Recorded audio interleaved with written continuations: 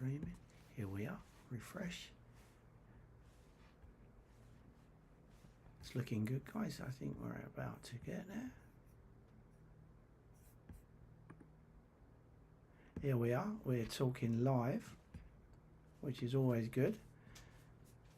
Guys, apologies for being late. That's all I can say about that at this stage. So, it's interesting. Things called self-sabotage, and we lost the internet, and that went down for a while. I don't know whether it's to do with everybody who wants to watch England play football tonight, but we have a backup system, so it took us a little bit of time, but we switched into it. So here we are. It's an absolute pleasure as always to be here. I'm going to have a backup in here because I've got to really make sure that you get what you stepped in for. So here we are, day 3. Lee Thomas. Life's good, and you're always going to get problems and challenges as you grow and you go into new areas. And this is a new area for us, which we're loving. You know, the idea that we can share this idea, this wonderful process all over the world. And it's really interesting to see that, you know, there's people on this call from the US, from Canada and UK. There's a few other countries in there we didn't actually promote this into, but it's actually, you know, it's a big thank you to all of you. And I want you to persevere, because most people don't do in life.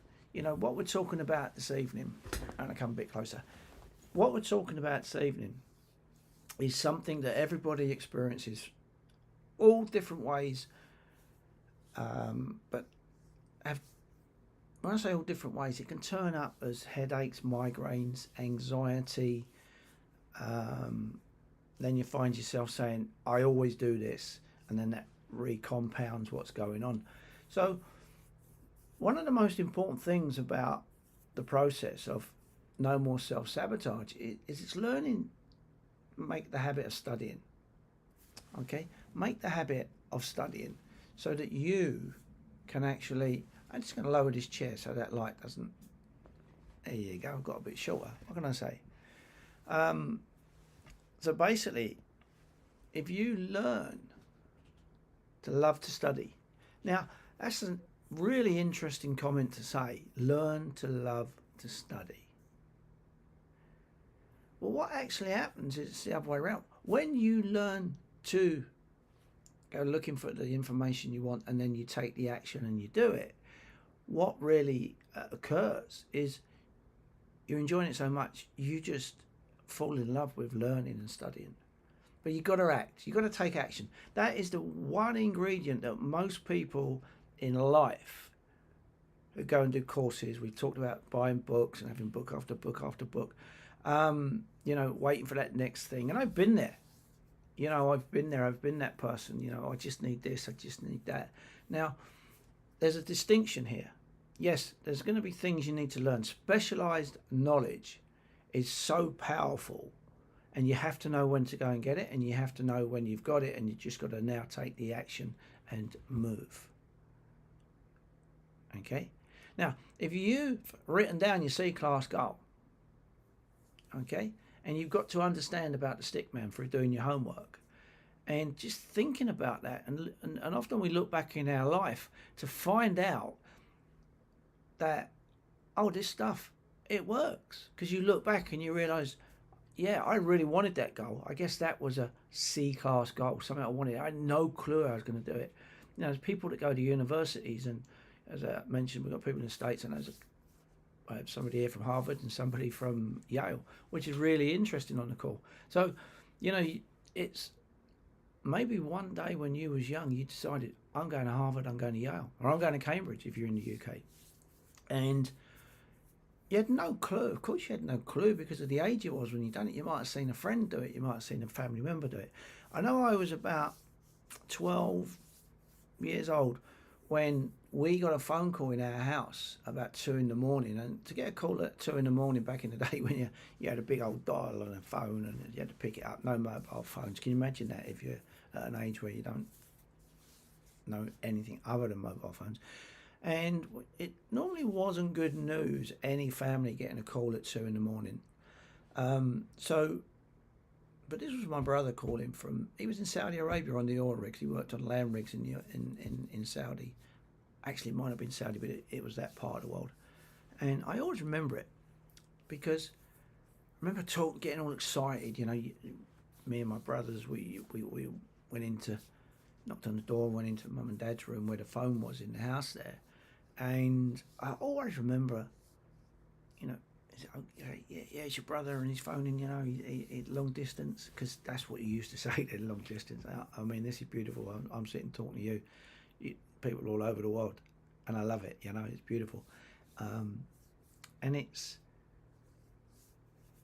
a moment in my life where I made a decision, because I remember saying, when he came on the phone to me and, you know, he's talking to me, and I said, "What do you do here? What is it you actually do?" And he said, "Well, I'm a derrickman on an oil rig." He said, "It's a land rig, but you know." And I said, "Oh man, I'd love to do that. You're out there and all this fun." And I'd made a conscious, without knowing it, set a C-class goal. And I used to tell everybody, "I'm going to work on oil rigs." Man, what are you going to do? "Oh, I'm going to be a derrickman." "What's that do?" "I've got no idea, but my brother does it." And he went on to be a driller and all kinds of different things. But at 18, I just turned 18, and I was living in Norfolk, Great Yarmouth in England, and I used to walk about 3 miles every day around the area where all the oil rig companies worked, and I had a job back then. I was packing fish, actually. I smelt like a kipper. I know that sounds funny, but it was a funny thing. But when you're living by the sea, as we was in Great Yarmouth, is, you know, it was just part of life there. It was a funny old time. But so I used to walk all around. Then I got a job scaffolding, because somebody said if you can get a ticket scaffolding, you might be able to get on your oil rigs that way. And I used to just go around this every day. And the people I worked with were very good. They used to understand what I was doing. So I went from packing fish and then moving on to learn another way. I was looking all the time of ways to be able to get out on the oil rigs. And it was interesting times, because I didn't have a clue. I just had this picture and this dream, you know, and I have a picture of an oil rig in here, one of the first ones I worked on years ago. And love them or don't love them and all, you want to save the planet and all that good stuff. The planet's going to be all right, you know. But let's not go down that road. I got a job on an oil rig just after my 18th birthday. You know, I'd been walking around. I went out there as a cleaner. They called it a roustabout. And wow. And in my first year of being offshore, I got a job. I was told then, I don't know how true it is, but we were told then, you know, I was one of the youngest derrickmen in the North Sea. And I just worked and studied and done everything I could. And when I say studied, I would go and watch the guys who knew their business, knew their jobs. So by their results, I got the truth about them, because they were good at what they do. They threw the pipe. I wanted to be a derrickman. That's the guy at the top of the oil rig. And it was amazing. But I'll tell you this, and we're going to talk about this tonight. I remember getting off the helicopter. Okay? Well, there's actually a little story before that. When I say you don't know how you're going to go about these things, you don't. Because I remember I had to drive all the way about 200 miles the night before I was meant to be in the office getting my first job on an oil rig, to get my passport that was not with me in Great Yarmouth. It was in a place called Hempstead. But and I drove with a friend of mine to go and get that and be back to be at the heliport or at the office to get my kit, and then at the heliport that morning. And I always remember I got off the helicopter on the oil rig in the North Sea in England, and I froze. I dropped my dream. This job, I got it. No idea what I'm going out there to do. But you see, when you walk off the deck, heli deck, and you go onto like grills and you see straight down. and all I could see was the sea. Now, I don't know if you've ever been up to CN Tower in Canada or somewhere similar like that, where you stand on the glass and you look down. Well, it was like that, and I just froze.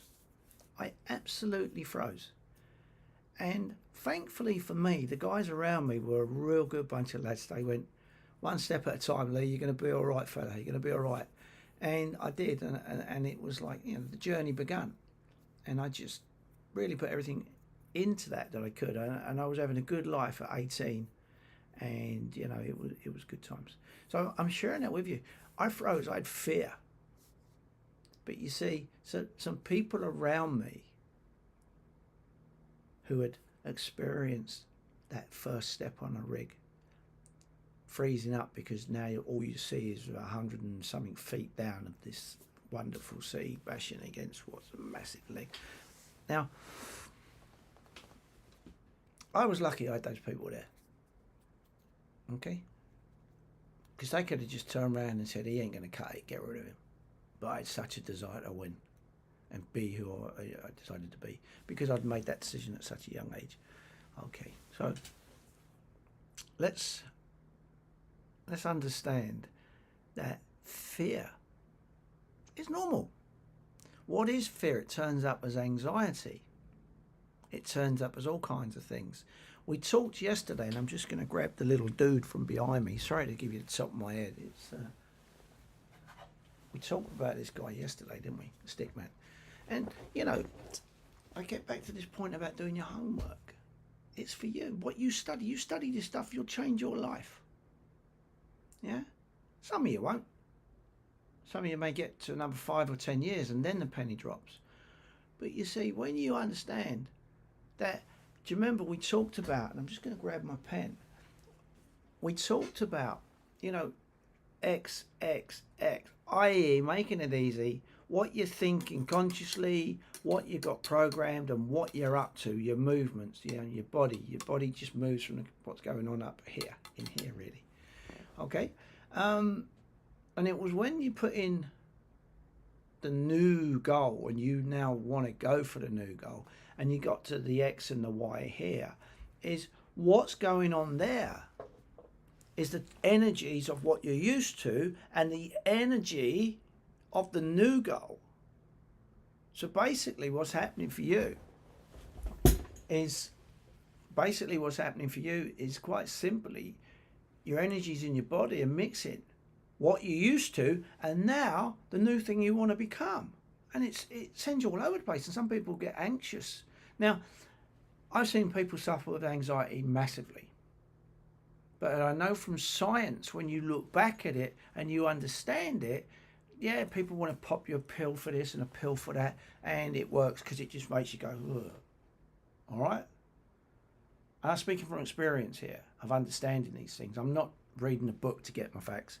Yeah, stuff that I've experienced. I went through anxiety when I owed near on £200,000 when I thought it was a lot of money, right? Now, and I didn't know what to do. But I didn't know it was anxiety because it's like I didn't have a label for it, and I was looking for answers myself. I wish I'd have asked for help, and then you'll find out tomorrow what happened. But you see, when you get into a new place you've never been, the fear. You get feelings all over you, and it's like what happens is often it makes you shut down, and it makes you turn off, and it makes you turn around, and then you go, and that's all right for them, or that always happens to me. Yes, it does, because it's the program you're reading. Yeah, you're reading this script in your head that's constantly. That always happens to me. You ever seen it? You might have a lad or a little daughter in your life. Love them dearly, you do, but you say to them, "You're always dropping things. You're always doing that." Well, if you do say that, stop it, because the poor little soldier, he or she is just going to keep doing it because it's what you're telling them to be. It's like people talk about kids being the terrible twos. No, they're the wonderful twos. They're curious. Mum, what's that? Dad, what's that? Why? They're curious. And that curiosity that makes things in life become better. Yeah, because they can be great now, but things have to grow and move. If the telephone didn't go from a big old dial to a little old mobile, you wouldn't be able to connect with the rest of the world today free. You wouldn't. That call when I talked about my brother contacting the family home, you know, when he was in the Far East, Middle East, or somewhere out there, it probably cost him £20 an hour. That's like £150 an hour now. It was stupid, and it's hard to believe if all you've known is mobile phones and data. Everything's good till it's not. And there's always room for improvement. So life's good and life's great. But you've got to look, how do I improve it? I have a dear friend of mine who's just going through a bit of a challenge in business.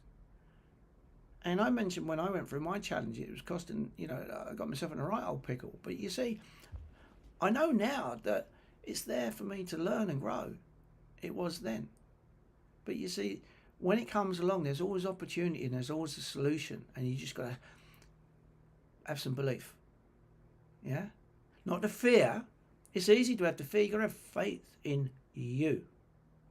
I saw a dear friend of mine today. He was had something going off on one of the multimedias. It flashed up in front of me. And it was so cool. And what he said, and I say it all the time, different people. If you've got to ask somebody, is it the right thing? Think I can do it? Well, you're already putting something in your own way. I invite you to say, I know I can do it. And the way's coming and I'm going to find the way. Yeah? I'm going to try everything up and until. 2 words, up and until. Try, fail, make a little adjustment and go again, but never give up. Yeah? Never give up. Not unless the goal's really not your goal. It's your partner's goal. It's your mum and dad's goal. Yeah, whatever it might be. You know, I'm a parent myself, and I'm sure I've been guilty of it myself, you know, with my children have thought, no, that's what Dad wants me to do or whatever. And it breaks my heart to think that. Because you got to remember, you used to be where your kids are. What was you like? Too often, too many parents. Oh my God, you just, you know, we've all been there. But the minute you realise, hey, that used to be me, what are they really thinking? What's going on here? Why was I doing stuff like that, or my version of that? When what I could have really done was just somebody listen to me talk, see what's going on, rather than be the rebel. I diversed. So let's talk about this fear. It's the energy. Everything's energy. Okay? Everything's energy. And we live on a certain energy, and then when something changes, we change. You know, so when I talk about who you're being, this is what I'm talking about. Who you're being is the energy that you give out. You attract certain kind of people to you. You generate and create certain circumstances to you. Okay, it's really interesting that light keeps catching my glasses because I'm in the same position. So I think I've caught it or something today. See, no matter how professional you are in life, you have little challenges. And you just go with the flow. It's part of it. It's just part of it. And it really is a case of, let's understand, fear is a false evidence that appears real in this circumstance. If you think back to when, I don't know, dinosaurs and things like that roamed the earth, there was a instinct to protect. That was your little voice. That was, everything's evolved in life. And it was just something that you had that allowed you to pick up on either negative, which would save your life back in the day, that day being a long, long, long time ago. And when you really get into this work, what you're going to find out is you pick up on all kinds of different energies. I remember, you got to understand something. We work closely, and one of the programs is over there, is Thinking into Results with Bob Proctor, when he shared it with myself and my wife. It was phenomenal. And one of the things that I'm sharing that with you, so we went to LA to see him, as I said to you, on Monday, and he picks up on your energy. Well, I learned to do a similar thing through the martial arts, and there's a lot of people in martial arts who are very, very good, who haven't really work with the mindset that they've been shown to, and the relaxation. And I know some of you say what you want, message what you want. It doesn't matter. You got to understand. Go back to the roots of your art. It's like going back to the roots of this, achieving anything you want to be, do, and have. And it goes back so far. You've been given all the tools to have the most phenomenal life. And I always say, more at a live event in front of people, and I take my little final facts from many years ago, and I have in there some notes that my instructors taught me in my martial arts. Is and there's something called the Say, and within that is very similar. You know, it's really just about life. It's about connecting with what's around us, this energy around us, and it's this energy that we need to learn to work with. It's not woo-woo or anything like that. It's down to you, how you think, what's going on inside here. What are you making things mean with your senses? Yeah, because nothing has any meaning other than the meaning you give it. And if you talk NLP, and I know people who do NLP courses and stuff, that's really good, is, you know, one of the biggest things that's there is that you change the meaning of something so it doesn't take you out of the game of life. Yeah. Fear is a good sign when it's that you're growing, or you're going to go and sign the first big deal, or you're going to, some of you may be taking, borrowing a couple of £1 million in your business to do something. That's quite scary when you're signing the line, if that makes sense. All these things are normal, but you see, the challenge is when you get to this part of, use this little dude, so you're coming towards your goal, and then the fear gets so much, you're anxious, you're not sleeping, you're staying up, you just can't think properly, you're not focused, whatever it might be. And this thing in front of me here is the wall, and you just keep bumping into it. Looks like a little dude, doesn't it, with a haircut, but it's not. So what we're going to do is understand this. It's normal. You are mixing two lots of energy. You're mixing the energy of who you've been up until this moment, and you are now got to the point where you're either going to go to the next chapter of your life. You're going to embrace it, because it ain't going to kill you. It's the most, I'm going to say, not nice feeling when you don't know what it is, but it's just that anxiety. You've known. Listen, guys, or girls, you're going on a date all them years ago, right? And you go around the house and you're knocking on the door. I don't know what they do these days. They don't even talk, do they? It's all texting. But it's like, and you're knocking on the door, and you're, it's the same thing. It's a nervous reaction. It's your energy. It's like something inside you is, you ain't done it before. And it was like, I remember when I first went to meet my then father-in-law. He's passed now, God bless him. And I've turned up, and I can't remember what my wife said to me, but she said something that put it right in my head. Oh my God, what's this guy like? And I've walked in the house and I'm so nervous, it's unbelievable. Now this is the same thing. The goal was, I was head over heels in love with this bird. She's going to kill me for saying this bird, and some of you are getting all on the horse. Don't worry about it. Nothing has any meaning of the meaning you give it. So if it's upsetting you, it's your fault. So I always remember it. But you see, I tell you another funny thing about it is, she gave me these instructions to get there, my lovely wife, and back then we didn't. I can't remember, we had phones. I think I had one of them phones that was like a brick, and a big aerial out the top. But she had written it down, and it was probably on a post-it note. And turn left here, turn right, go there. When you park the car, and then there's this bit I hadn't read before I got there. Terrible. And it said, "Whatever you do, don't go near the dog. It's mad." And I thought, oops. So when I pull up, all I can hear is dogs. Now, so I went through the gate, and I saw this dog, and I thought, oh my God. And then when I heard the stories about it, it was crazy. But when I met my father-in-law at the time, I say at the time, I've only ever had one father-in-law, and it's my intention that to be the way. But you see, I was so nervous, and you don't know what to say to you, that you're asking. Oh, it's crazy. But then, as I got older and wiser, I used to remember new students coming into the dojang in the martial arts, and doesn't matter whether it be a youngster or an adult that used to join us. We used to have lots of families come and join us. And, once they start learning and you'd ask them, you'd say, put your left leg forward, and the right leg would come forward, and they're standing there with the right leg forward, and the other 60 odd people have got the other leg forward.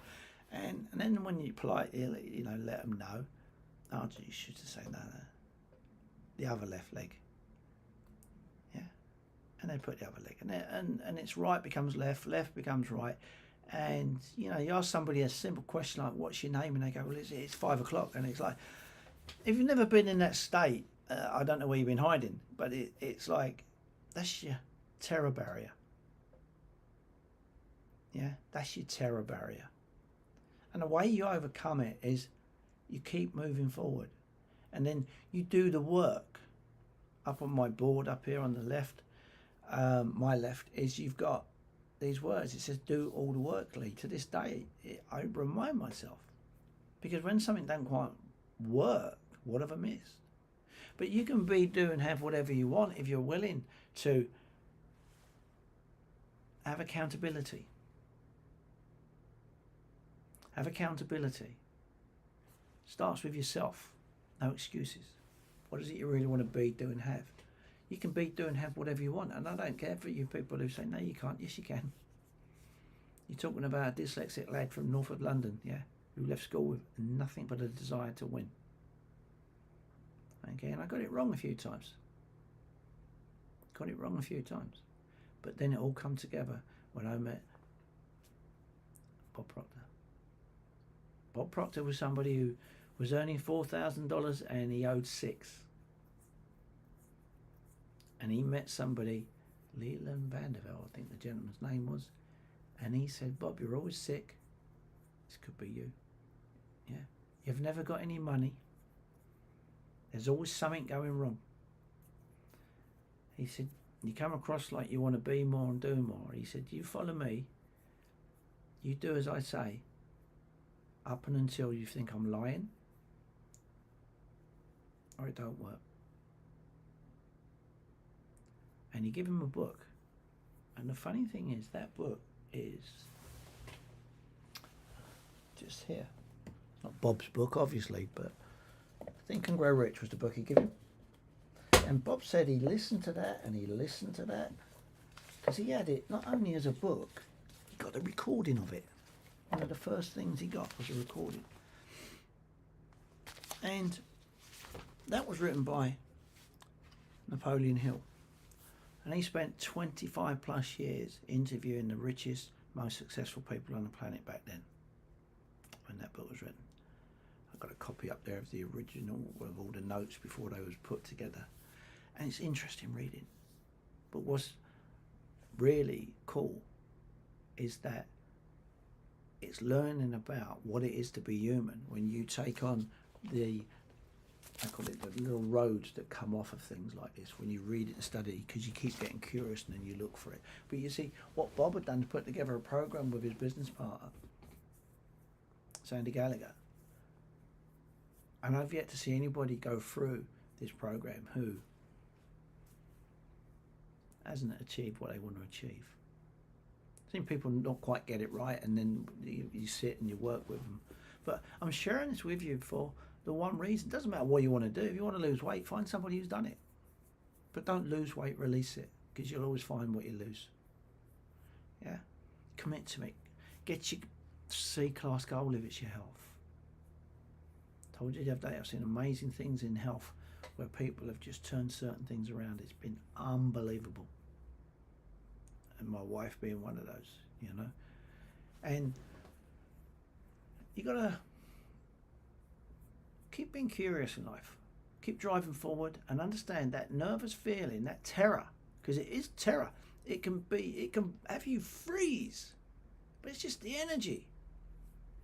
And then once you get past it and you keep the picture and you keep the faith and the belief in you being, doing and having what you want to have, I promise you some magical things happen. It's not okey pokey or anything like that. It's true. Yeah. I have a friend of mine who was let's say, his own words, right? I was a failed footballer. He said, I used to play for Tottenham. Sorry about that if you're a West Ham fan, but it was like, and long time ago, I think he's up in his late 70s now. If he's not knocking on 80, he could be. But he still flies his helicopter because he had a desire to win. And he just created the most, everything he done, he just had a process. And it's a similar process to what we talk about here.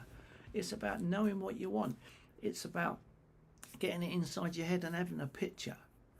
And then it's about not focusing on the things you don't want and things that aren't working. Remember, the senses just take in the results of what's going on. You know, if it's your bank account, you don't live by what's in your bank account. Now, I don't mean go and overspend. What I mean is, but yeah, acknowledge what's in there or not.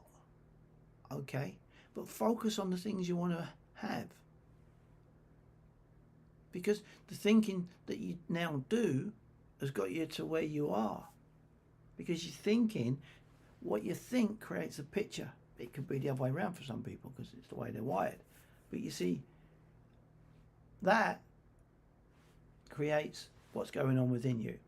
Your belief, your self-image. You're never, ever, ever going to outperform your self-image. And people, you know, you got to keep growing. Now, if nothing has any meaning other than the meaning you give it, then let me ask you the question. Are you giving things a meaning that serve you? Or now that you understand a little bit about the mind, because you won't understand too much until you study it more, but you see, when you say that always happens to me, it's funny that, right? Or you're in an environment where your spouse, your partner, your loved one, your family, your sports friends, whoever it is, you know, it's like they already have this, already always listening. It doesn't matter what you say, they put you in a box and that's who you are or that's how you perform. I tell you now, if you look at people in your life and you see them performing or being or having more than they've currently got, and you keep that belief and faith, when they're around you, they're going to feel a little bit different. You ain't even got to say anything. Yeah? You do not have to say a thing. They'll pick it up. I promise you. It's all proven. It's all proven. Now, the Wright brothers, look at them when they wanted to fly. You know, I think they were bicycle mechanics, or what they called it back in the day. And, you know, when they first got that first aircraft that they made up in the air, I think it was 7 or 11 seconds it was in the air. And everybody said, oh, it was only 7, 11 seconds. And I think it was Wilbur, one of the brothers, he said to the other brother, don't worry about what they say. He said, I see us doing it. We actually got that in the air. It was up in the air for 7 or 11 seconds. And that's where the saying, everything's good, because it is good, and you just got to look for it. Too many people expect to go and do a thing, and it's like, weight's a great one, you know. It takes you years and years to actually go boom. And then when it's not gone after a few weeks or months, it's like, oh, that don't work, does it? That's no good. No, it's because you're running the wrong program. You got to have a picture of yourself. And sometimes it's not your belief, it's other people's belief in you that you have to go, and you've got to trust people. Trust is a really, you know, unique word in this day and age of, you know, you don't know what you're watching when you're seeing something. You can't even trust some of the big players, you know, in who run the countries, because they manipulate stuff. So I want you to trust you, and you'll know when you've got the right person you want to trust. Yeah? There'll be signs. There'll be signals, and you'll pick up on them. And I want you to, above all, get really curious about what it is that's going on around you, especially at the moment. What's going on around you? What's the environment that you're in? Is it an environment that adds value to you? Is it an environment that makes you feel good and do some things that you didn't think you could do? Or is it an environment that's always putting you down? Pull funny faces when they see you. Can't look you in the eye. Yeah? There's an exercise, and I'd invite you to do it with a loved one. You can do it with a stranger. I wouldn't do it with a stranger if you've got somebody around you. But you see, when you look into the eyes of each other, and it might be uncomfortable, and it's going to be uncomfortable because you've got things going on in your life that you may not have told them. You've got things that you believe that, whatever it might be. So when you get two people just looking in each other's eyes, it's a beautiful thing to do with a person who you really love and care for. It could be children. And when it's finished, there could be tears, there could be rage, all kinds of things, but it really clears out because we hold things within our body. And when you hit that terror barrier of the new thing again, and that anxiety and that fear, this is stuff that we carry around with us for years and years and years, and we have to get rid of it. And there's a process and there's a thing that I do with people to actually do that. And you just see people just suddenly become several years age, gone, and they're younger, more alive. Because knowingly or unknowingly, yeah, you stack things on top of you. When you get into a certain thing in life, and it could be the terror barrier, right? Do you get it here? Do you get it here in the stomach? My wife and I, we have a friend, and she used to say every time she flies, it's funny, but I can't say who it is, it'd be so wrong, but she's constantly on the toilet. She had this thing from when she was a kid. Took her into last time we saw her, she was in her mid-30s, late 30s, and here she was flying business and now going first class, and she was still had this thing going on and she couldn't do it, and we got rid of it, and now there's no problem. But it's like, anything can be changed when you understand it's energy that you're dealing with, and your goal in life is to have your energy at space in time, which is only now, that supports you. And some people go, you can't be doing that all the time, Lee. You can't. No, you get knocked out of sync, but you bring yourself back. Give things a meaning that serve you. If it's love and you've had your heart broken, it's, you know how to feel love. You know how to feel love. You're human. It's emotions. We've got to have these emotions. There's different states. There's states that trigger things in our life. Yeah? People have, it's like everything has an opposite. You got love and hate. You got black and white. You got back and front. But it takes me into this, it's context. And you see, I say quite clearly and openly, this personal development works. But it's only going to work if you work, because it's all about context. It's how you look at things. It's what you make things mean, first of all. And if you have a belief that you really can have what it is you really wish for, and remember, it's not millions of pounds and things like that. We've done the work, and 75, 80% of people, all they want is just enough money to enjoy their life. Go out with their friends. Take their kids out. Go out with your partner, your wife, your husband. If the car breaks down, you're not got to worry about it. You just got to call the garage and have it fixed. You know? It's to be able to go and have some fun with the people you love and care for. And the beautiful thing also is when you're in that position, it's like people, I can't understand it. I don't want to understand this part of things when people go, no, if you're doing well in life and you're rich, you don't care about other people. No, it's the other way around. You've only got there because you care about other people and you do things because you're rewarded for what you do. And then the most beautiful thing, and I'm not going to shout it to you, but I messaged somebody earlier and was talking about something, and I just left the message I left at the end was, and I heard this from a billionaire. He was standing about 15, 20 feet in front of me, and he just said, got to remember, giving is living. You might be giving a smile. You might be giving a few dollars, a few pounds, a few, whatever it is you use as coin. Help somebody.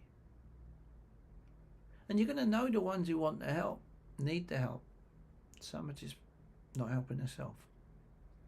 But you got to do what you can to make the world a better place. Don't be like the rest of them, jump on the bandwagon, putting it all down and everything. Be a positive difference for everybody around you.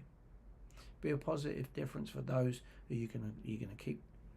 You're gonna help and help and help. But if they don't want to help themselves, maybe it's somebody else that needs to help them.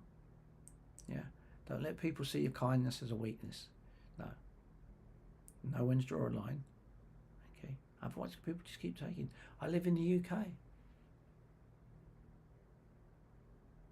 UK, as I talk today, and it's not about politics, what I'm going to say, but Zig Ziglar said this many years ago, unless you put it right, it will start to sink. And what he meant by that, he said, unless you teach people how to help themselves, or in some people call how to fish. I understand in the UK today, we have more tax. We've got more benefits going out to the people of this country than we have taxes coming in. This is why you got to follow people who know what they're doing. By their results, you will know the truth. You can't have people making decisions in health, in business, who've never looked after their health or never been in business to the scale that it is to run a country, whether it be our country, your country, or wherever it is. It comes back to 4 or 5 minutes ago what I said about caring. You know, people who know what they're doing and they really care for you because they're living a good life and they want that life, or I want for you your version of what I enjoy, not my life. Yeah? I want you to enjoy vibrant health. I want you to look into the partner of the person you love and really feel that love.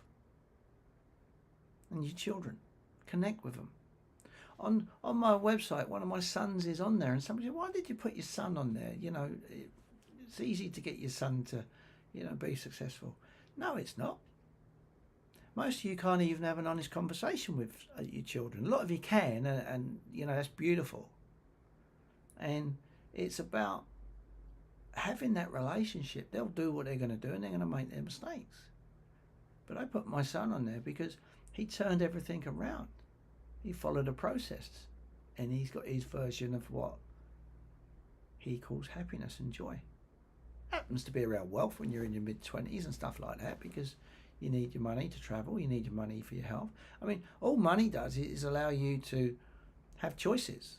It ain't all about money. It's about being able to do the things you want to do. If you're not a nice person at the moment and you're driving towards what you want and that you get past that fear barrier, that's what this is about, they have faith in what they're doing. If you're not a nice person before you get where you're going, all it does is amplify it. You've all seen these people be rude to waiters and waitresses, rude to people who they think doesn't have the wealth they have or something like that. You're always going to get it, but don't let it bother you, people, because you're good. You're special. Yeah? And I want you to understand the difference between fear and faith. Fear, false evidence appearing real. That's all it is. It's what you're making it mean. Don't get me wrong, there'll be a time in your life when there's real fear and you've got to run or you've got to do something, yeah. But unfortunately, it's also in things that are everyday experiences in life. You've all been there. You've been at the school dance when you was young and you wanted to ask him or her for a dance. How did you feel? You walk around in circles and it's like you ask your mates and it's like then a little message comes, and that's the same kind of fear. It's the same kind of fear. But when we go right back to day one and you get a really C-class goal, something that scares the hell out of you, yeah? But you know you really want it, and it's going to be exciting when you got it or when you do it, if it's in the martial arts world. I mean, I've had the pleasure to work with some wonderful people in the martial arts and from different martial arts, not work with them in different, but know them. And pure people is beautiful, and you see people who didn't know their left from their right, and here they are getting a gold medal at the World Championships. Yeah, and they've worked 5, 6, 7 years to get there, and it's like there they are. And it's emotional, and it's who they become, and it's who you become as you go on the journey. And if you think this through, yeah, I've had a few hiccups this week, yeah, online, but hey, we're only getting better. But what we're sharing is the pick what you really want, not what your partner wants. Yeah, know what your partner wants, and then create that so that it's a life where you're going forward together and you're involved in achieving goals that works for both of you. But get what you really want. They, if they're not on board with you, I don't know if you're with the right partner. And I do poke some fingers at people and whatever and have a laugh, but it's like, yeah, because I know when I was a sales manager, what I used to do is sit down with, if it was a lady, it would be her and her husband, or her and a partner, or whoever it might be, and if vice versa. If it was a guy, go and meet a wife. Yeah, what is it they wanted? And it was, I used to have fun, because you know what, the guy who taught me to set big goals, Bob Petmore, that's what he used to do. Go and see him, go and meet him. You're thinking, this is nice. Let's have you can have it. And he showed us how to do things. Yeah. How to Win Friends and Influence was the first book that he said, read that. Don't just read it. He said, start putting it into action. And then he would talk and share ideas about it. I'm doing it with you here today. Listen, if I don't resonate with you, that's okay. But if what resonates with you is it's possible, if this guy here sitting talking to me can change his life, and you'll see tomorrow night how much I turned my life around from where I was, what I'd done. Yeah, I was in a real low place. And people didn't even know. Some people didn't know. Because we're human and we put this false face on. Some people don't put the false face on. They want everybody to know that something's wrong or whatever. That's called being a victim. Do not be a victim. Because all that happens is you get more of it. And then eventually people stop wanting to be in your environment. And they don't even know why, but it's because of the energy. But I've seen people who've lived a long, long time as victims. And then just turn it around like that. Because that's called a blind spot. You don't know what's going on, so you can't tell somebody. So let's have a look. How are we getting on? The whole office has been moved around, or the studio's been moved around because of the little hiccup we had at the beginning. And I'm normally looking at my clock to see where we are, so I'm going to look at my watch. Okay. So problems and progress, guys. So we're nearly there. Now, the difference between belief and faith. Belief is good, and a belief is empowering.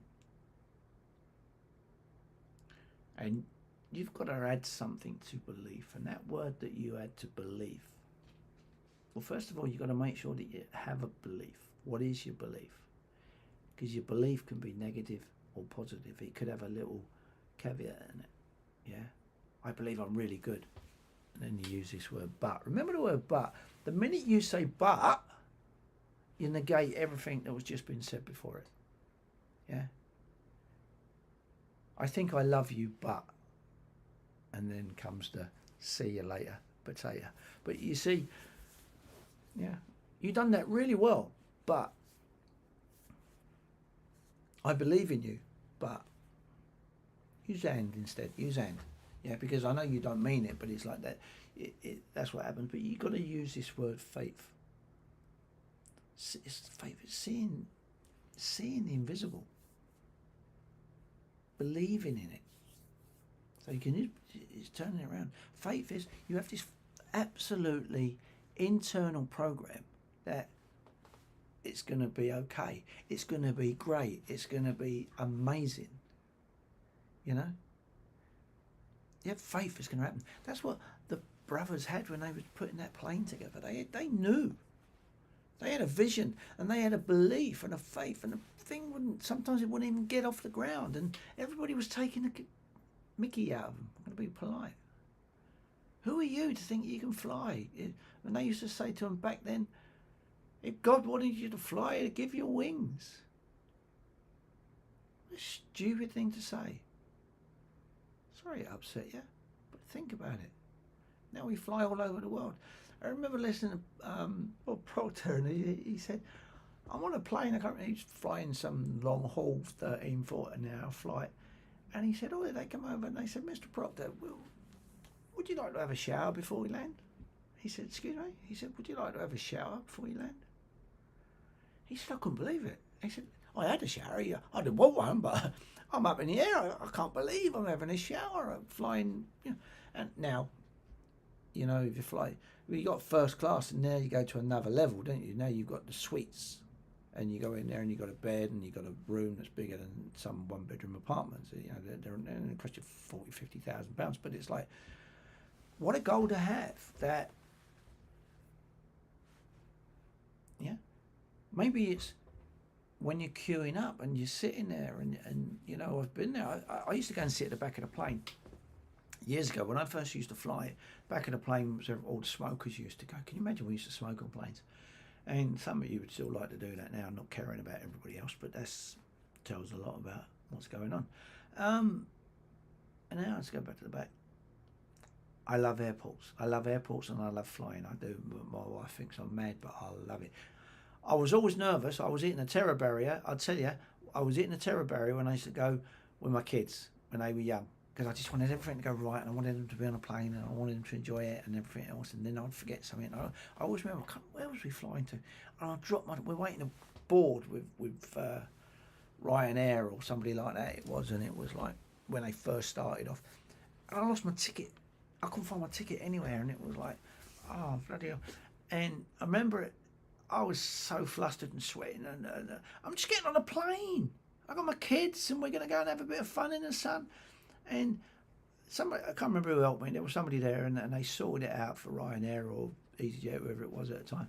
And I got on it, and I was like that for years. I'm not like it now.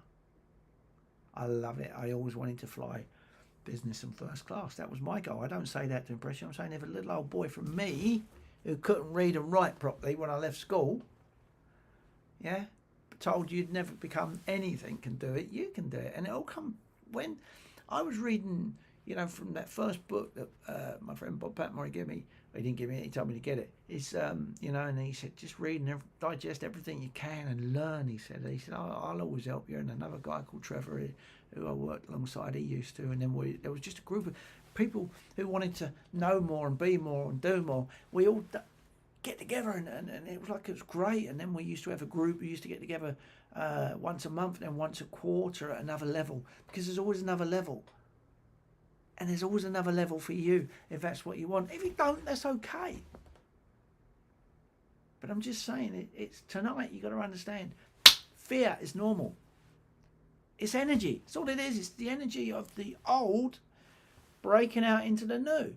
It was, you were single, you went to meet the person you're now with, you were nervous. Yeah? I understand what people do now. They go on an app and they got a photo from 25 years ago, and it's like, I hear people talking about it and I find it so funny. You know, but when you was, there's no difference whether it was going on a date for the first time, asking somebody out, yeah? If you're in sales, do you remember when you was first asked to make a call, a cold call? Oh my God. Yeah. But you see, what else would it have been? It could have been just your first day at working at B&Q or Staples, wherever you are in the world. There's excitement, but there's a bit of nerves. And then you're asked to do something, and you think, oh my God. And it's crazy. And then if you go to work on a building site, it's not so bad on the building site until they ask you to, or an oil rig they used to do. On the oil rigs, you start and they say, oh, go and see Johnny. Johnny's got a sky hook for you. You spend an hour and a half. Your governors knew what it was. It was part of a prank of being new. You're looking for a skyhook. There's no such thing. I'm sure you've got what I'm saying. But you see, everything can be involved with a terror barrier when you're doing something you've never done before. That's all it is. But I want you to dream big. I want you to think big. There's books, Magic of Thinking Big. Get it. Yeah? But more important than anything, just realise it's normal. See, if you go back and you look at your paradigms from yesterday and you've made a note of the habits that don't serve you, we just got to change them. Then we just got to look about an hour a day minimum. If you want to do more, Joseph McClellan III, he's worked with Tony Robbins. He's a good friend of Tony Robbins for maybe 35, 40 years. I don't know, I might have that wrong. Joseph says, if Tony says to me to do something 10 times, I'll do it 20. But if you ever want to see a guy who's so like happy and joyful. He's very inspiring. Because he says, celebrate everything. You'll laugh at this, but he'll go and sit on the loo and he'll get off the loo and he'll celebrate. And that sounds disgusting and rude. My personal trainer now would be going, she's funny. But you see, it's the point. If everything's good and you celebrate, even when things go wrong, if things didn't go wrong, you wouldn't get any better. If things didn't mess up, you wouldn't grow. You wouldn't find a way. Some of you just fold. I know people who used to just fold at the first hurdle and then they realised there's something within them. Within you is everything you'll ever need. We just have to go through a process to release it. When they build a certain car, if you're buying certain cars, do you know if you buy a Rolls Royce, each one has it's signed by the people involved. They put their own little stamps on them and things like that, you know. Well, they could put your name on it if that's what you wanted. Or you wanted an electric car, if you really want to put your name on a battery, you can do that too. But it's like, you know, there's people whose goal is to go to space, and here they are running around at 7 and 8 with a goldfish thing on their head. I don't know what they got on their head. I hope it's safe, and don't do it if you're listening to this, and you shouldn't be listening to it if you're too young. I'm messing with you. But you see, you can be, do and have what you want, but you've got to do the work. Yeah? And tomorrow, I'm going to share a story with you that I think will inspire you. Because everybody, when they see somebody enjoying life, doing well in life, getting on a plane and going left, yeah. I mean, you get on a plane now and go left, you can go into business, but now you can go left and upstairs into your suite. But I see so many people that just look at you funny or whatever. They're looking at you funny because they don't know how yet, that's all. And do you know what the loser's line is? The loser's line, I don't mean that rudely. It come across as rude, but I don't, because you got like a loser's limp. It's oh, I don't care how much money I have, I would never do that. I wouldn't pay what they paid to go business or first. Yes, you would. Because if you're watching this now and you would happily pay £500 to fly where you're going to go, you're going to happily pay £500 to go where you're going, okay? And you're going to be squashed a bit and you have to pay a little bit more for your luggage, and then you've got to pay for your food while you're on the plane and all that. And that's good, because I've sat at the back and I've had no food to eat because I didn't have enough money to pay for it. But you see, what I'm saying is when you sit there and you go, well, I wouldn't pay that money even if I had it. No.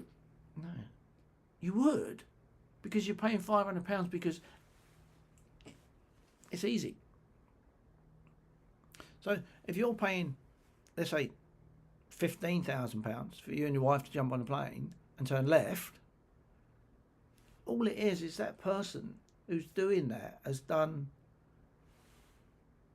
and put themselves in a position where that's the same equivalent to your 500. There's nothing wrong with it. There's nothing wrong with either of them. And then there's other people who actually have their own plane. So there's always another level.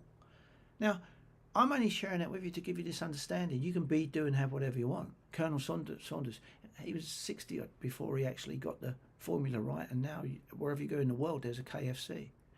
Where was my wife and I in? It was like, we was in Quebec, in Canada, and they don't say KFC there. I may have this wrong, so please forgive me. Don't send all your messages.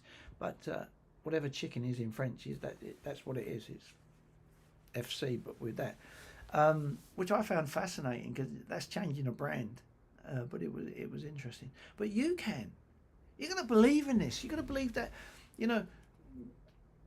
I love working with people, because I think everybody's got the opportunity, potential and everything to be, do and have whatever they want. And once we get that blind spot covered and we can do that, and you're going to see that uncovered tomorrow, how mine did, okay? Because it's not any different to you. You're just going to want and have a desire. But you see, you're going to go back and, oh, it's all right, them or your husband or your wife or your kids are going to say, oh, these kind of things. I mean, I went to a Tony Robbins event years ago, and my neighbour went, he said, I was down there once, and they was all doing this jumping about and rah rah and all this, yeah. And I love this guy. He's a really nice guy, and he was always tired. Always had something going wrong. Nothing. It was always very doing well in life, but it was always a problem. And I just laughed. And then when I'd done all that myself, through that process because I was curious. I'm curious. If you can go to an event and be going for 16 hours, there's something magical going on with your body, and that's what you learn. That's what I'm going to teach you. If you whether you do go on to do something with me, or you just go on to follow us on one of the channels or whatever. I help everybody and anybody. I think you're beautiful people. Yeah, that's from my heart to yours. And you don't have to believe it. Just ask anybody who's met me. Now, I'm just saying that because I want to let you know there's lots of people like me out there. So find one that works for you. Because I talk to a lot of people. Not everybody gets to work with us because I'm not going to work with people who's going to make it hard and difficult. I want people who want more out of life. But that's another story. So, listen, for now, push through the fear barrier by make a little video. I'm Jennifer, I live in Los Angeles, and it's the first live I've done, and I'm getting off now, bye. Okay, now, why am I saying that? Because public speaking is one of the biggest things people are scared of. Yeah? And it's really interesting. I was. But I love it now because it's entertaining, it's fun, you watch people change, you know, you see people have their ha-ha moments. Anyway, on that, I'm going to say, see you later, okay? I love you dearly. Sorry for the hiccup at the beginning, but we've overcome it. We do have a backup going on, so I'm so pleased that we had that. And I think for whatever reason it was meant to be. I love you. See you later. Have fun. Bye-bye.